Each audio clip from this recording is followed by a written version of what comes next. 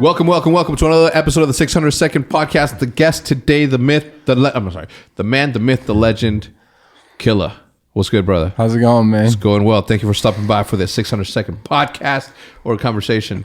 You know the rules, so I'm just gonna start firing away the questions. Do you have a celebrity crush? Taylor Swift growing up. Don't know why. I like blonde girls. Yeah, that's your thing, blonde girls. I like Texas too, so. Huh? I like Texas too, so. Well, Texas blondes, man. Yeah, right. What is the first application that you open in the morning? YouTube. What do you watch? Start my day off with listening to music always. You listen to music on YouTube, not on Spotify or iTunes? YouTube. Still old school. Just never ever switched it up. Never tried something new. How do you check your phone? What do you mean? Like, let's say you put it on, or you open up the YouTube app, then you can't use text or anything else. Just listen to music. Yeah? I'm not one to just get on Twitter and. No, that's not you. What is how long? Sometimes I do be thinking like, why can't I just open up another? But I'm a simple man. I just go on my day. I'm like, whatever. Yeah, well, you said that in the podcast that you haven't spent that you're not that big of a spender. So that brings me to the question: what's the stupidest thing you have ever spent money on? That's a good question. It's a good question. Nothing. I mean, everything that you've. Oh, I'm not one to just. To give you an example, Fuez and everybody, like the majority of people. No, I'm just. I was going to ask you, what's the stupidest thing you've ever done for love? So we'll skip that one since you already answered it. What is the favorite moment of your career?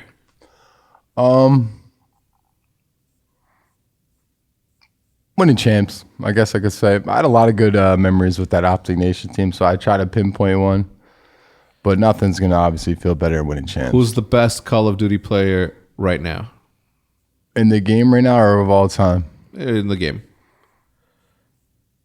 There's a lot of good ones. Who would you put as the number one? Who would be your number one draft pick for your team? Scump. Yeah. All right. I'll never bet against Scump. No, that's all right. I know how to fire him up too. Who's the worst player or teammate you ever had? I could say myself for a couple of years.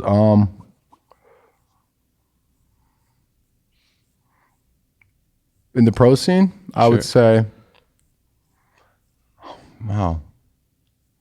It's weird saying this because I've always been the worst teammate on most of my teams. Okay, that's a suitable answer. If that's I would say myself for a long time. Yeah, being the worst teammate. What is What is the favorite tournament that you've ever attended and why? Like in memory, like the best tournament you've ever attended. Like the place? Sure. Niagara Falls. I remember that. That's what Optic Nation. Yeah, I think that was my very first event on Optic. Yeah. We went in there. We played search. We didn't have nothing to prove. I remember we went in there. We placed like fourth. We got stomped by Cole in our match, but to get top four, not even going to champs. But on top of that, like just the whole atmosphere of seeing the Niagara Falls in the background and seeing how like the town of Niagara was, it kind of reminded me of like a Europe thing, like real small town, kind of old school. Casinos were kind of old school looking. Canadian women everywhere. It was awesome. I think Niagara Falls was the best. Yeah, 100%. Yeah. Do you read? And have you ever? Oh, no, what's your favorite book? If you read, it's okay if you. No, I don't. I couldn't tell you mine. I mean, any book that I say would be from like high school because I don't think that. I try to get in reading. It just back to like what we said before with the school. Yeah, it just doesn't get me. Going. It doesn't get me interested. It doesn't make my mind wander and get into like that zone. I guess gaming. Structured education is what we call it. If you could relive one of your moments in high school, one of your best moments in high school, funny, great, what would it be? First one that comes to mind. I mean, that's hard when I went to an all-boy high school towards the back end of because I didn't do well in school. I went to many different schools, but... Wait, so you went to an all-boys high school? I went to a Catholic school when I was a little kid. I went to a placement high school. So I went like to night school? No, it was a placement. It's a program where like, so I went to alternative school, and then my alternative school kicked me out, and I went to a school where I went to school with kids that were actually locked up and placed there. So it was like just a program within the placement, they call it. Placement's just another word of saying jail for someone who's under 18. Yeah. They call it placement. Yeah. That's the slang of it. Or locked up, whatever you want to say. But yeah, it wasn't school was not my thing. I would say getting my high school diploma. Yeah. Right? I guess that's it. That's all I can, that's it. My high school diploma. I was thankful to get it. Have you ever noticed that you're so wired to the controller that when you speak, all you do is press the button as you're speaking? Really? Have you ever noticed? Nah. Go back and watch the podcast that we filmed. Throughout the entire hour and a half, you were doing this, just pressing buttons. And right now, as you were doing it, you were pressing a button. I don't know if anybody else noticed that. Did you notice it? No, that's just. It's just a gamer thing, fidgety, tweaky. Stretching out my hands, getting ready to. You're sitting on your deathbed. What is one thing that you wish you could have done? What is one thing you want to accomplish right now that you are going to be glad that you did on your deathbed? Just giving my kids the best possible chance to be able to succeed in life, I would say. That is, what's crazy is that, all right, cool, fine, awesome, I agree. What's the second thing that you wish like you did? It's from an adventure standpoint, from a business standpoint, something that you want to do, like speak in public in front of 1,000 people, jump off of cliffs, something like that. Do you have any? No, just cut my bad habits. Yeah. Which are what? Smoking? Because there are things you're probably going to regret when you're on your deathbed. Yeah, or maybe that's the reason you're on your deathbed. There you go. Yeah, smoking cigarettes. When did you start smoking?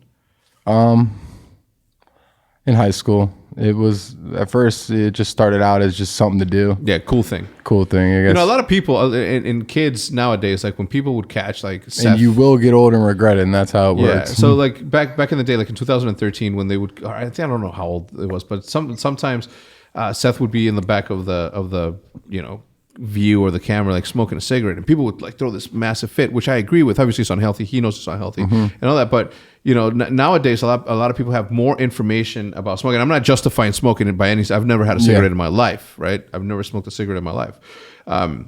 Tobacco, that obviously, marijuana is not considered that for me. So, the information that's out there now, like sort of make it easier for people to judge you on smoking. When back in the day, people were just like puffing stoves like nonstop just because they didn't know any better. The studies hadn't come out. The cancer hadn't killed people. So do you think that the fans are a little bit sometimes too overcritical of everything? And have you ever experienced that? Yeah, of course I've experienced that. But I wouldn't say they're overcritical. Like at the end of the day, like Seth or whatever example, like he knows, people know, like there's players out there who want to be like him, want to look up to him, Yeah, whatever the case may be. And, as a kid or whoever, they see like, somebody they look up to smoking cigarettes, for example. It's like, you know what I mean? Yeah. Somebody. 100% it's bad. Not only that, but it also, from a looking up standpoint, fine, but they care so much about the people that they watch. Perfect. Yeah. Nobody's perfect. Yeah.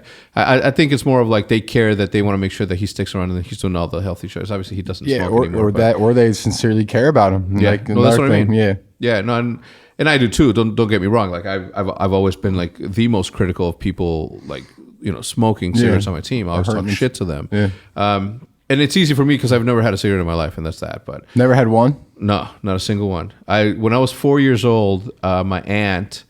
And back in the day, it wasn't that big of a deal. And That's actually impressive. And I was in Mexico, and and it works. She let me smoke it, and I was smoking, and it hurt my throat, and it scarred me for life to the point. So thank you, my aunt Anna, who did it. But the same thing happened with my dad. My dad gave me beer, like warm beer that was out in the Mexican sun for a long time. It was the bottom, like the. You're a quick learner. You learn once and never do it again. I'm like, Dad, let me taste the beer. And he's like, yeah, sure. So he gave me that net, and like all through high school, I didn't drink a single beer. My dad drank Michelob, so I know I'm not a drinker neither. Yeah, I not through high school, not through anything. It was not the thing. So most recently, I've reached out and like I made Liv smell like a bottle that was standing outside. I'm like, smell this. I didn't make her drink it, but I'm like, smell this. And she was just like, oh, and I'm like, yeah, don't ever do that. Ever do that. Yeah. All right, man. Thank you for stopping by. I appreciate Thanks for you. We'll having me, see you man. guys on the next one.